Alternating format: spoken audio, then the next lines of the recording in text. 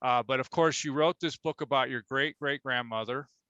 You're currently working, and I know how hard that is to do. You're currently working on a book about Madame Walker's daughter, Right. Alila, and your book was made into a film, which I caught this summer.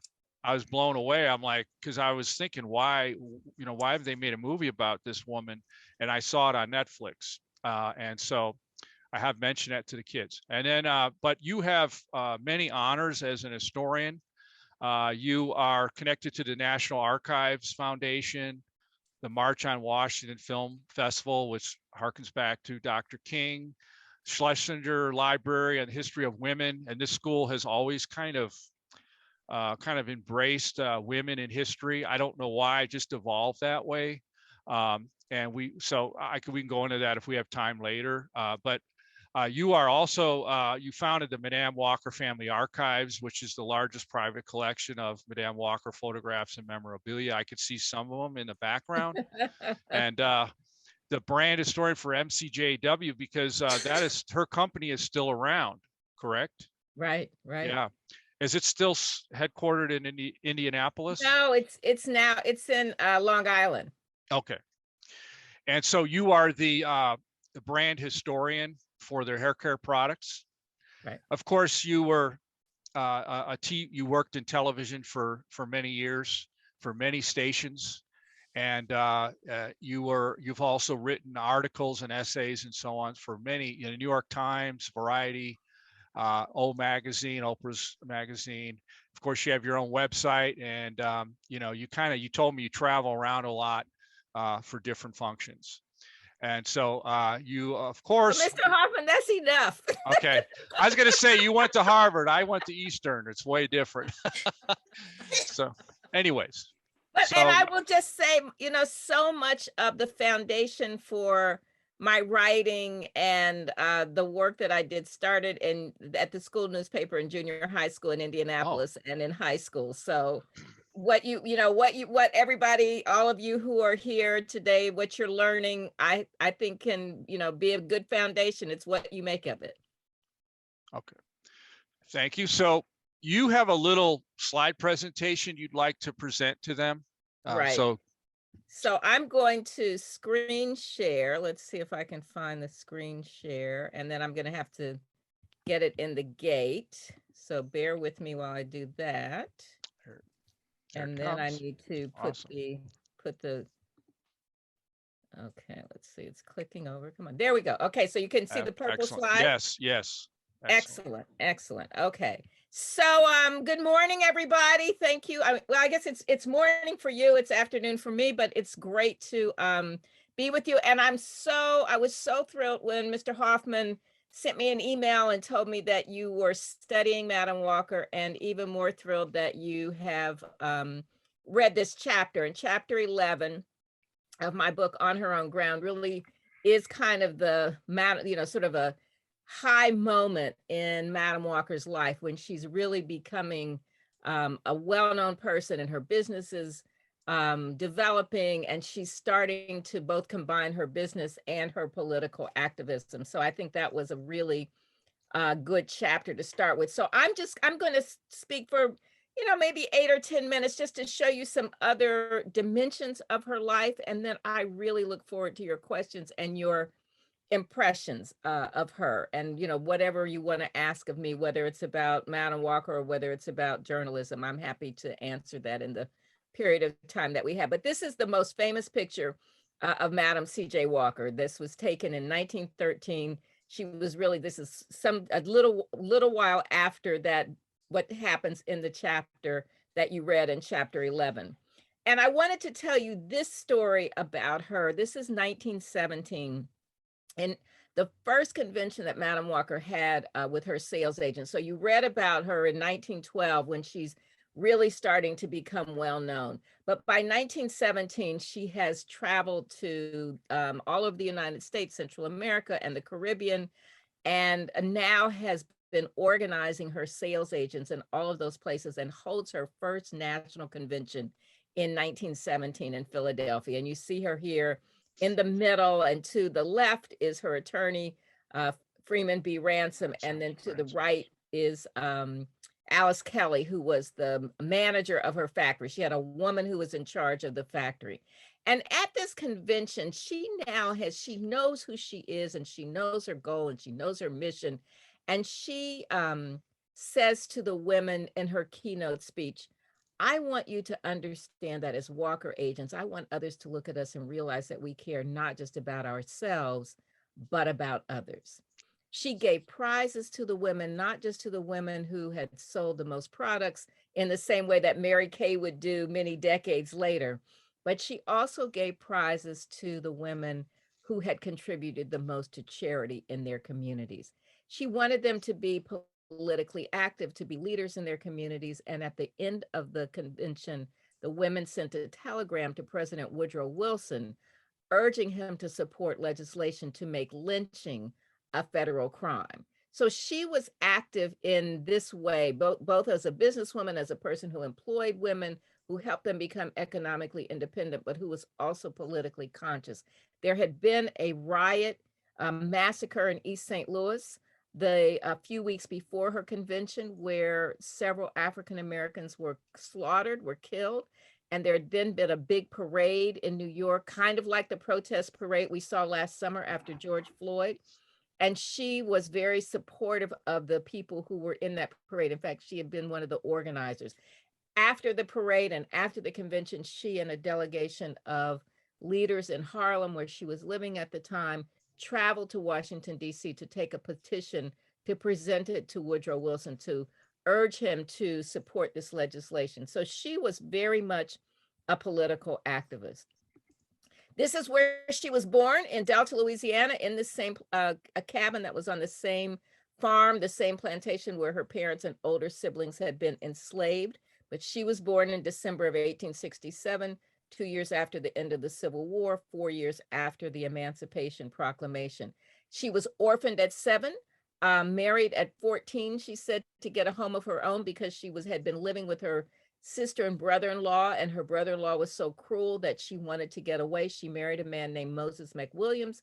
They had one child, Alelia, and then he died when she was 20. So she moved up the river to St. Louis, where her older brothers had become barbers, but she had no real education. There weren't schools for Black children because the white legislators would not fund the schools. She could read and read her ABCs and count, but she really didn't have much formal education. And once she arrived in St. Louis, it was the women of her church, St. Paul African Methodist Episcopal Church, who embraced this poor, uneducated washerwoman and began to give her a vision of herself as something other than an illiterate washerwoman. And they inspired her to try to make her life better. And you see here she is, what she looked like around 1890, 1895, and she was losing her hair. Her hair was falling out, and she developed a hair care formula that healed the scalp infections, healed the dandruff, allowed her hair to grow. So you can see her before and after picture. So now she's making these products. Her Madam Walker's wonderful hair grower, and she begins to sell the products. She marries Sarah Breedlove McWilliams, marries Charles Joseph Walker after she moves to Denver, and begins to call herself Madam C.J. Walker. 1910, she moves to Indianapolis, where she builds a factory. Here she is with her niece. In the front seat behind her is Alice Kelly, the lady you saw in the 1917 convention picture, the manager of her factory. And to her left is her bookkeeper, Lucy Flint. So she put women in leadership roles. And here she is. You read about this in chapter 11 at the dedication of the YMCA with Booker T. Washington. So I tell people this story of her being at the convention and having to push her way forward and having to say, I built my own factory on my own ground. But you know that part of the story already. But this is Madam Walker with Booker T. Washington at the dedication of the YMCA. And so even though they clashed when they first met, they began to develop a cordial friendship. In fact, when he came to Indianapolis for this dedication, she sent her chauffeur to the train station to pick him up, and he was a guest in her home, and he was quite full of praise for her. She surrounded herself with very smart people. This was one of the things that distinguished her from her competitors. that she hired a great lawyer, a great factory manager, a great bookkeeper, other people who were good workers, and people who, because she had had very little formal education herself, she was a self-taught woman. So she knew that she needed other people to help fill in the places where she was not as accomplished. She's here in the middle. She traveled all the time. She's here recruiting agents in Ohio. These were women who otherwise would have been maids and laundresses and domestic workers or sharecroppers. She was helping them have their own businesses, which was very important before women had the right to vote. She was very much ahead of her time. Here she is driving an electric car. So we think that's new with Tesla. Well, this was a Waverly Electric in 1912. She advertised extensively, another reason for her success.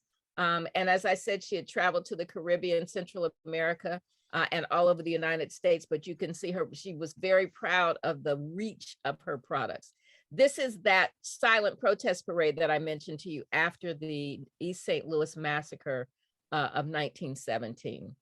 And then here are, and after she was in Indianapolis, her daughter had persuaded her that they needed to have a presence in Harlem in 1913 as Harlem was becoming the center of Black culture and politics. And she moved to Harlem into a beautiful townhouse that her daughter had built. And then she built her own mansion designed by an architect named Vertner Tandy. And this is that mansion, Villa Lawaro. This happens to be the 1924 convention. By then she had died, but you can just see the person who had started off in that cabin in Delta, Louisiana, very poor, very destitute, was now becoming a millionaire. She had built a factory. You saw with the employees standing in front of the old factory. This was the building that was built in 1927 after she died, but she had envisioned it, and it is still standing and is a national historical landmark, as is the house in Irvington, New York. So before I take your questions, I will just tell you again, many people have not heard this quote because they hadn't read the book, and you'd read the book, but I would say that I want to share this with you just as inspiration, that she would say people often asked her the secret to her success. And she would say to them, there is no royal flower-strewn path to success. And if there is, I have not found it. For whatever success I have attained has been the result of much hard work and many sleepless nights. I got my start by giving myself a start. So don't sit down and wait for the opportunities to come. You have to get up and make them for yourself. So she said that in 1912 and 1913, and I think it's still good advice for now. So I'm happy to take your questions and would love to hear what you thought about what you read. Wow. Okay, guys, any questions? Don't be shy. I'm going to put it back. If you want to put it into the chat or you want to say it out loud.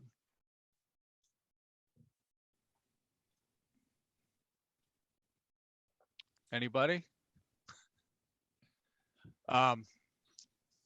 Victoria. Oh, okay.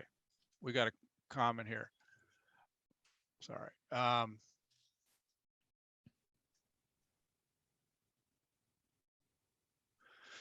This is from Nathan. He says, first, thank you for your time and presentation. My question is, with her success and achievements, would you say that her significance largely contributed to the power and voice in many women during these difficult times where they were at a quite drastic disadvantage? And did this influence modern times as well as need more recognition in these days? Wow, that's a question. That's a good complex question. Wow.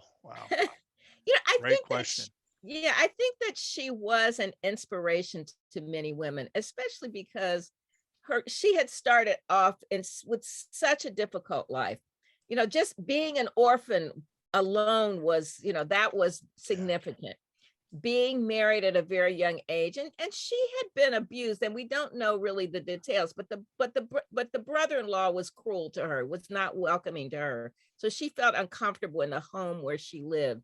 And to have the kind of resilience that made her begin to see that she needed to leave, and then to be embraced by the women of the church. And some of those women were school teachers. They were much more educated than she was, but they mentored her so that when she began to have some success in business, she truly understood that others needed the same kind of inspiration that she had. And so when she was able to create this business and to travel around selling hair products, in some ways, the products were good, good. They worked, they did what they were supposed to do. But I think in some ways, the products were just kind of a foot in the door for her to inspire other women and to help them become educated, to help them make their own money, to help them buy homes, to educate their children. So she was written about in the Black newspapers all over the country. We don't think about this so much because it's before the internet, it's before television, it's before radio. But people just had newspapers, and she advertised in a lot of the papers when she traveled, the papers she was written about. It was a big deal when somebody came to town to speak, because a lot of towns didn't even have movie theaters and certainly didn't have television. So she was the entertainment, but she was entertainment with inspiration. So I think, yes, she inspired people. And I would say for the current day, one of the things that is so gratifying for me when I tell her story is that I know her example still inspires people, women who are in business. They see what she did 100 years ago and they think, well, if she was able to do that, then I can figure out, then I should be able to figure out what I can do. So thank you for that. Victoria says, as a person and young woman of color, hearing these stories now is such a powerful message of hope, especially during these scary times of political laws and pandemic. It gives young people of color and just women in general a breath of hope. Thank you for your story. And then she says, also, what is something that people tend to overlook about Madame Walker that should be recognized? That's also from Victoria. Yeah, and thank you for that. I'm so glad that you do feel that inspiration. It really is important for all of us to be able to, see ourselves in other people, and to know, to give us some inspiration, to let us know that we can do things. And these are very challenging times, both politically and from a public health standpoint, and and society. But she had deep faith, and she had much vision about what she wanted to see available to other people and opportunities for other people. So I'm glad that you feel that. And just, Mr. Hoffman, tell me the last question that she asked at the end. Yeah. What is something people tend to overlook about Madame Walker that should be recognized? So, it's I'm thinking about this because so for people who saw the Netflix series, I will just tell you, I thought Octavia Spencer was great, and I thought it was very entertaining, but it's not really very accurate historically. And while it is, as they say, inspired by my book, my nonfiction book, it is a fictional made up story that just kind of uses Madame Walker's name to tell another story. And the people, the writer and the showrunners, the people, the people who run it while it's being done, decided that the way they wanted to tell a story that they thought would be entertaining and would have impact was to create a fight between two women. I think that's such a cliche. I was hoping that I would get Hidden Figures, and I feel like I got a little bit more Real Housewives of Atlanta. That aside, I think they focused on that, and they kind of made up colorism as a conflict, which really wasn't true. Madame Walker did have a competitor, but both of them were really strong women who had a lot of accomplishments. So I think in that instance, what was left out, a couple of things. Madame Walker's philanthropy, how much she contributed to Black schools and colleges and organizations. And as part of that first generation of people who had either been born enslaved or whose parents had been born enslaved, they were amazing in what they were creating with organizations. And you did get a little sense of that with them in the series, with the big meeting, the National Negro Business League. meeting, but it didn't, I think it just really didn't begin to show you just how much they were overcoming, and the many institutions, the colleges, the businesses that they were creating. So I wish there had been more of that. And then the way that she empowered women, that she helped women become economically independent. So I think those are themes that I think are really important, that I think people don't always know. And I will say, when I was growing up, my mom was vice president of the Walker Company, and most of what other people knew about Madam Walker was that she made hair care products, and they didn't really know about her political activism and her entrepreneurship and her involvement as a philanthropist. So those are the stories that I really like to tell. Which, if I can, correct me if I'm wrong, not a lot of these industrialists did this. They didn't encourage their employees to give. I know Andrew Carnegie wrote the book Gospel Wealth and all that, and he was talking about himself. As Right. far as I know, she was one of the first, if not the first, to say, I would like my employees to contribute locally to their causes that concern them. Is that true? And there are, yes, and there, because Rockefeller and Carnegie were philanthropists. They built libraries, Absolutely, they yeah. gave. But I do think that this idea that you're saying, that this sort of corporate responsibility, corporate philanthropy, where she really wanted to embed that in everything that her employees did, that she was a real pioneer in creating that mindset. And now we see this happening all the time, where it's volunteer days, volunteer hours that you get, you're encouraged to do that. And so the Madam C.J. Walker hair care line was reintroduced in 2016 by Sundial Brands, which was founded by Richelieu Dennis. And Richelieu sold Sundial Brands to Unilever.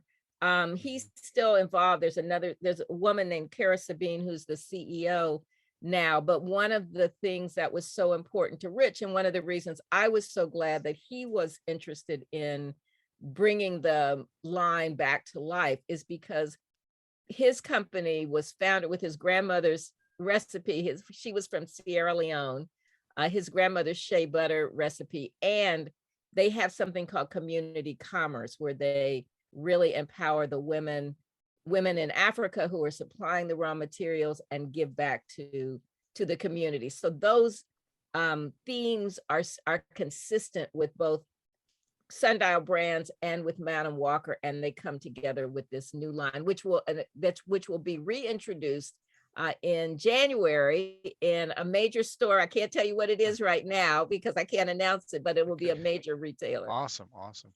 We've got another question here. Emily Leone, were there times where Madame Walker almost gave up on her business, felt like quitting? That is such a good question. I think anybody who is an entrepreneur has tough times. And there were many times when she just wanted to give up because life was so difficult, from her early life, losing her husband, trying to raise her daughter. Then once she moved to St. Louis, her brothers died over a period of time, and she'd had a second marriage to another man named John Davis that didn't go well. So she had a lot of obstacles to overcome. She didn't have a lot of formal education.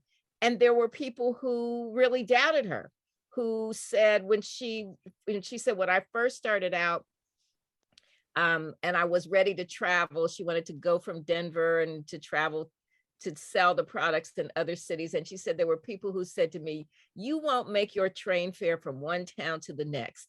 So she said, I had to believe in myself. And over time, she really sort of developed that muscle of being able to push forward, and then to surround herself with people that when she was ready to give up, some of the people around her would be there to encourage her, and vice versa. So yeah, there were times when it was very difficult, or she would have, she made one decision where she wanted to sell the products to a retail in the drugstores rather than directly to the agents, and the agents were not happy with that. And so she had to navigate that. So I think that's true of anybody in business. There are times when you wonder, am I going to be able to make payroll? is there gonna be a supply chain issue? You know, we're seeing that right now with supply, you know, can I get the cans that I need to, can I get the raw ingredients? So she had a lot of obstacles, but she developed confidence over time. And again, surrounded herself with people who were supportive and who were competent and who were talented. That's a great point. I've heard that over and over. Surround yourself with people who are like-minded, that are positive, that are not going to drag you down, that have the same visions you have. Would you agree? Exactly. Yeah. And from Victoria, do you think if Madame Walker was still alive today, what do you think she would be putting her work towards right now in terms of new projects? Great question. You know, even as she was, and I said selling the prayer care products was important. She was a pioneer of the hair care industry, really, as when there wasn't a national and international cosmetics and hair care industry. We take it for granted that we can walk into the drugstore and, you know, you have all kinds of whatever it is you need, gels and shampoos and ointments and all of that. That really didn't exist. She was one of the people who, like Elizabeth Arden and Helena Rubinstein, they were pioneers of that. So she was a pioneer of that. But over time, these products in a way helped her develop an organization of women. And that meant that they were doing other things in their communities. She began to buy real estate in New York, you know, very valuable real estate, because she said after she'd been in business for a decade, now there were literally hundreds of other people who were trying to start companies as well. And she said, this is, you know, this market is getting crowded, so I need to diversify. So she started to invest in real estate to do that. She was looking at other ways to invest in other people, to create a consortium of other manufacturers. So I think that she probably would have diversified. She would have invested in other businesses if she were still around. And she certainly, because of what she was doing with politics and with civil rights, again, she was before women had the right to vote, but she was already paying attention to politics and to education. So she would have been very much an activist in the way that you see, you know, people today paying attention to politics and trying to make a difference in that way. Aaliyah Fowler, how do you feel, Ms. Bundles, about being the great granddaughter of such an empowering woman of Black history? You know, it's really a privilege to be able to tell her story. But I will say to you, Aaliyah, when I was growing up, absolutely the last thing I thought I would be doing is focusing on this. My mom, as I said, was vice president of the Walker Company. We did not sit around the dinner table talking about Madam Walker. My mother never said to me, you know, you need to live up to any kind of reputation, or you need to be this or that. She encouraged me to do what I was, you know, what my passion was, which was writing. And so that was, you know, Mr. Hoffman told you I worked at NBC and ABC. So my parents encouraged me to do what I love doing. And I feel really grateful for that I didn't have to live up to anybody else's expectations.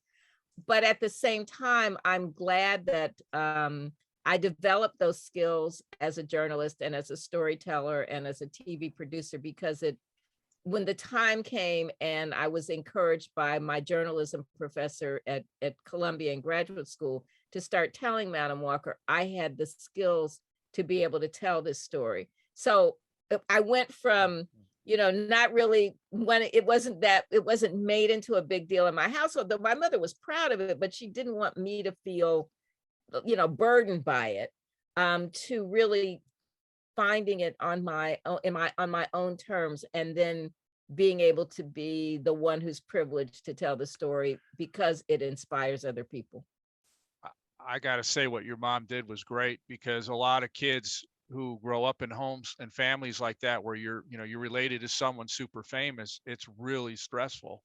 Right. And you think, how could I ever get out of the shadow of this person? And we had a man who was Mark Guerrero. Some of the kids may remember, and his dad is Lalo Guerrero, the father of Chicano music. And he said it was so hard to be my own musician and just do my own thing because everyone wanted to compare me to him. and Right. I Yeah, can't and you compare to have him. to, yeah, you have to carve out your own thing, but it helps when your parent says, be who you are. So Nathan asked, do you think women, and especially colored women, are still at a disadvantage today? And why do you think we see more successful men than women? Okay, he's got a couple questions, so I'll let you address Okay, that we'll start with first. that. Oh my goodness, that is the the question of the ages. There we live in a society where for tradition, sometimes for religion, where the society is structured with, men as the head of the household, men as the breadwinner.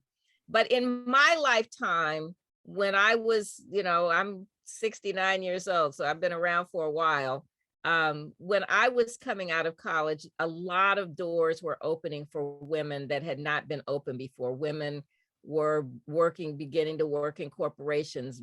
There were more women going to medical school or going to law school or getting jobs in businesses.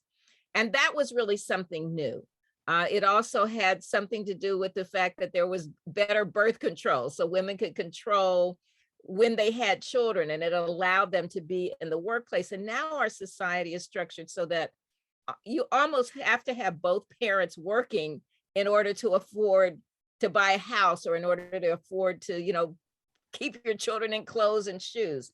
So, but the tradition has been, from almost the beginning of time, that women were, kind of consigned to the kitchen and to the house, and that just doesn't work for most people anymore. But it's very hard for the society to adjust, and I think some people individually adjust, but women still have the primary responsibility for childcare. And our country, our government does not really support childcare. There are other governments in other countries where women, you get time off when you've had children, or you get some kind of subsidy for childcare, but that is very difficult to get in the United States. So that's the long answer, but I think that there are, increasingly over time, there are women who just assume that they're going to, they may not be able to do everything at a time. They may take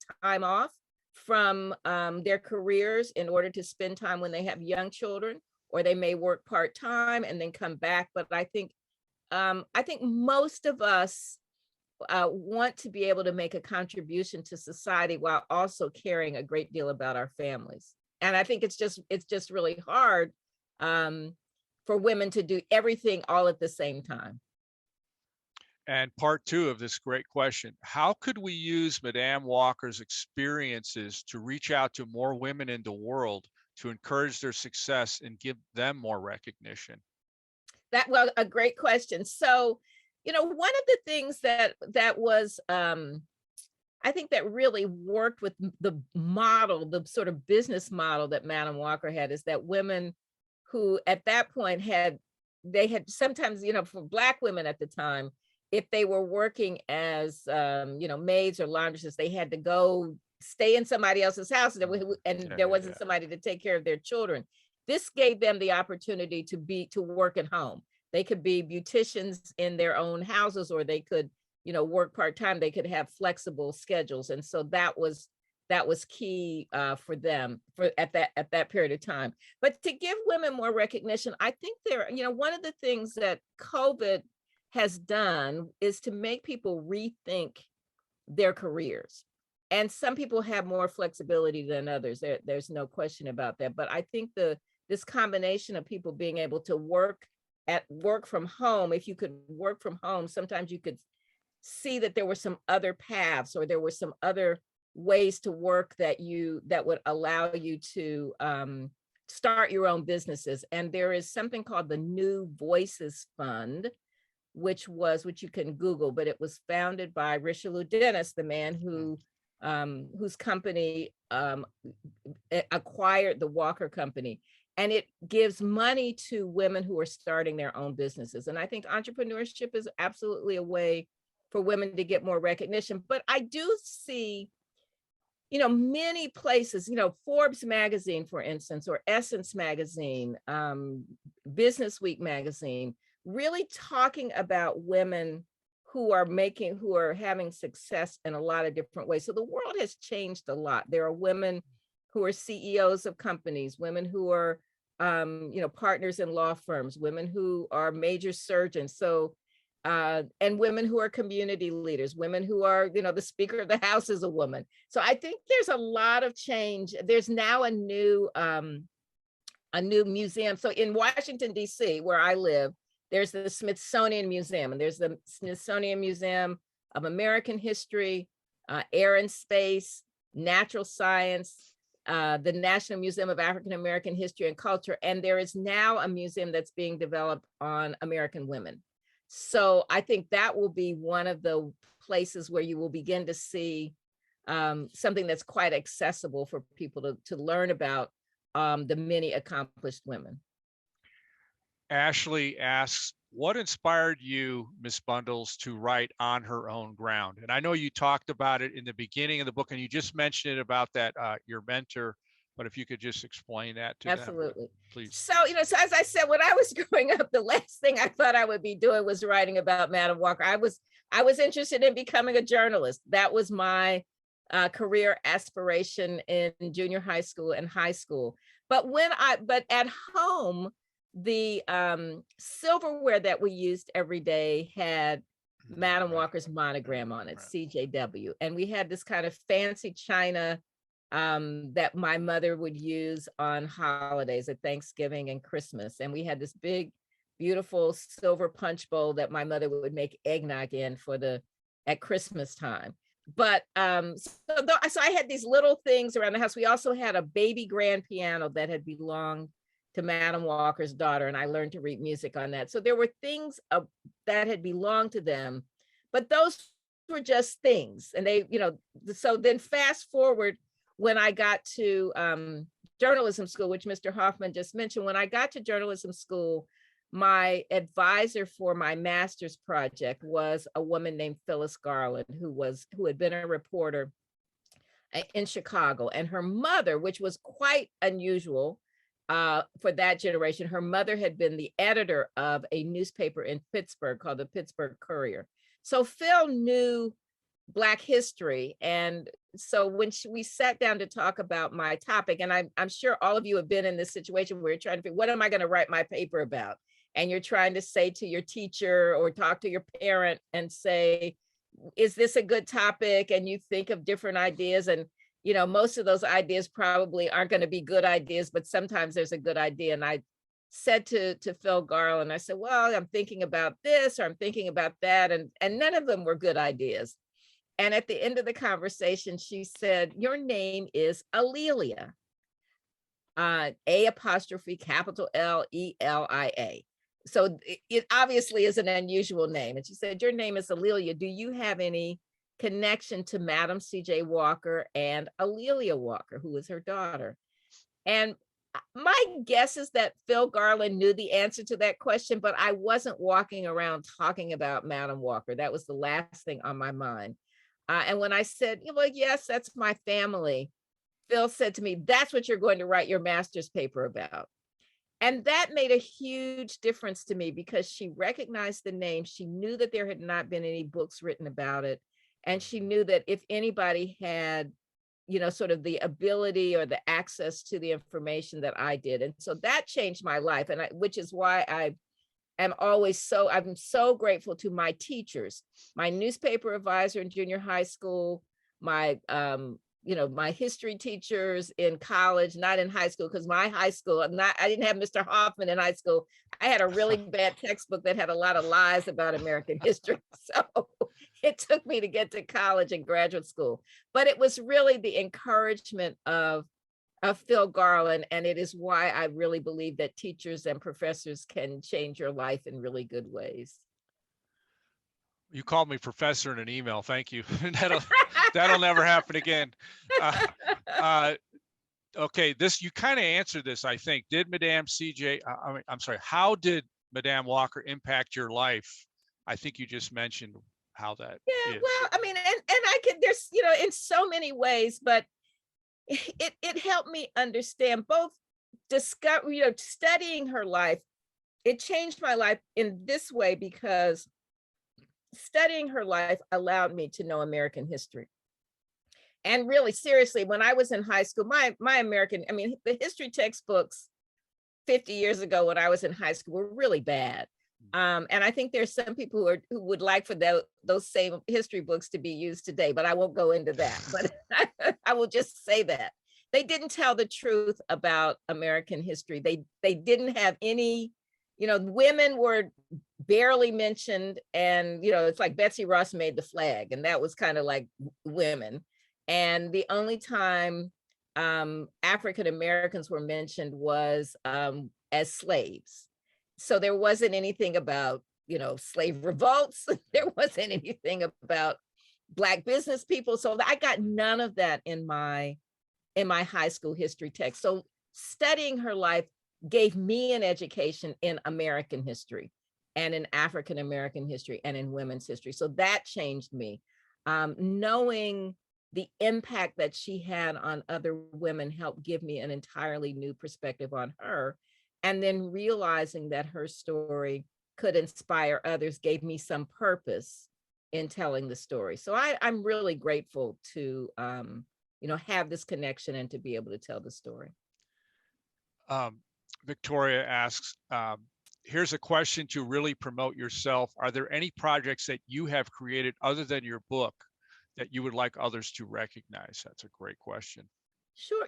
I am really fortunate. A part of the gift of that my mother and father gave me in this sense is to let me do the things that I wanted to do, to encourage me to become a journalist. So I feel really fortunate that I had this 30-year career in network television news where I did other projects. And so I was deputy bureau chief in Washington.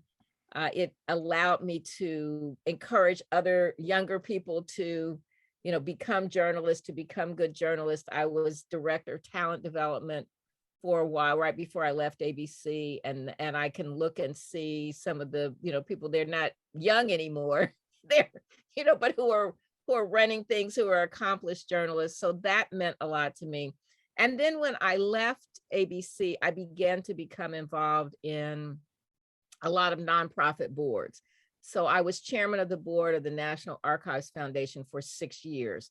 And that is a major institution in Washington, D.C. It's where all of the federal records are housed. It's where all the veterans materials, the census materials, where people do a lot of family research. And as the chair of that foundation, we help to raise money for public programs and things that that open up the archives to other people. And I would say one of my favorite moments was on the 150th anniversary of the Emancipation Proclamation.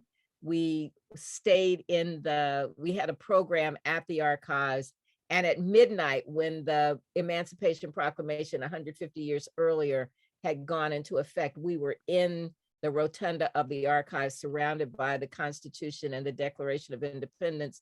Nancy Pelosi, as Speaker of the House, was there. Wow. And we had a wonderful ceremony. So that's a moment that I will always cherish. Wow. Any other questions or comments? I know we have a couple adults here too. I don't know if you guys want to throw a question at Ms. Bundles. Please. Ms. Bundle, I wanted to ask, were there any journals or anything that you had that kind of guided your research from Madame Walker, or anything in writing that guided you to write the book? I am, again, so fortunate, because one of the things that with Madame Walker, because of the people she selected to be a part of her organization, they were very good record keepers. And so we have literally thousands of pages of her letters. She and her attorney would write back and forth to each other when she traveled. We have her business records, her tax records, photographs, and 40,000 of those pages are at the Indiana Historical Society, and they have been digitized. So if Oh, that's anybody was, amazing. I know it is amazing. And that's for a women-owned company or a company owned by a person of color from the early 1900s. To have that body of material is truly miraculous.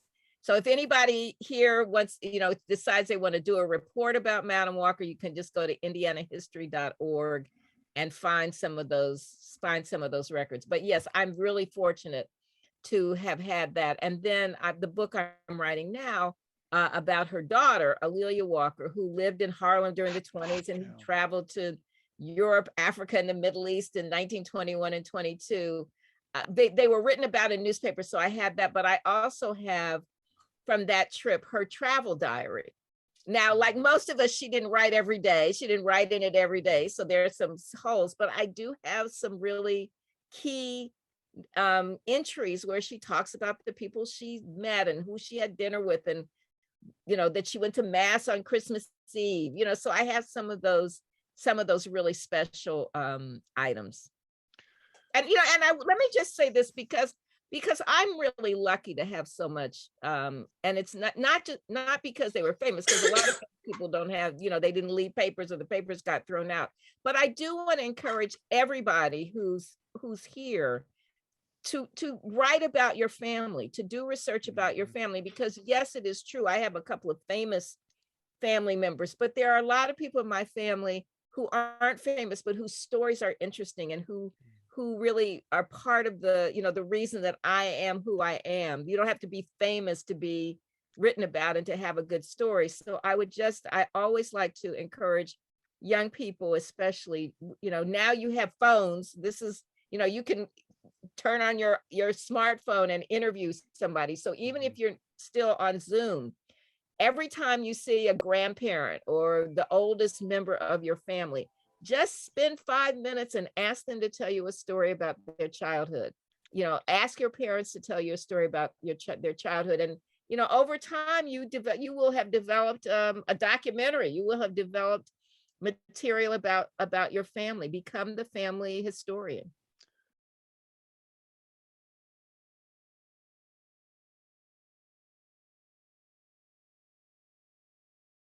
There you go. I attend Shadow Ridge School, the best indie in the HD. Dude.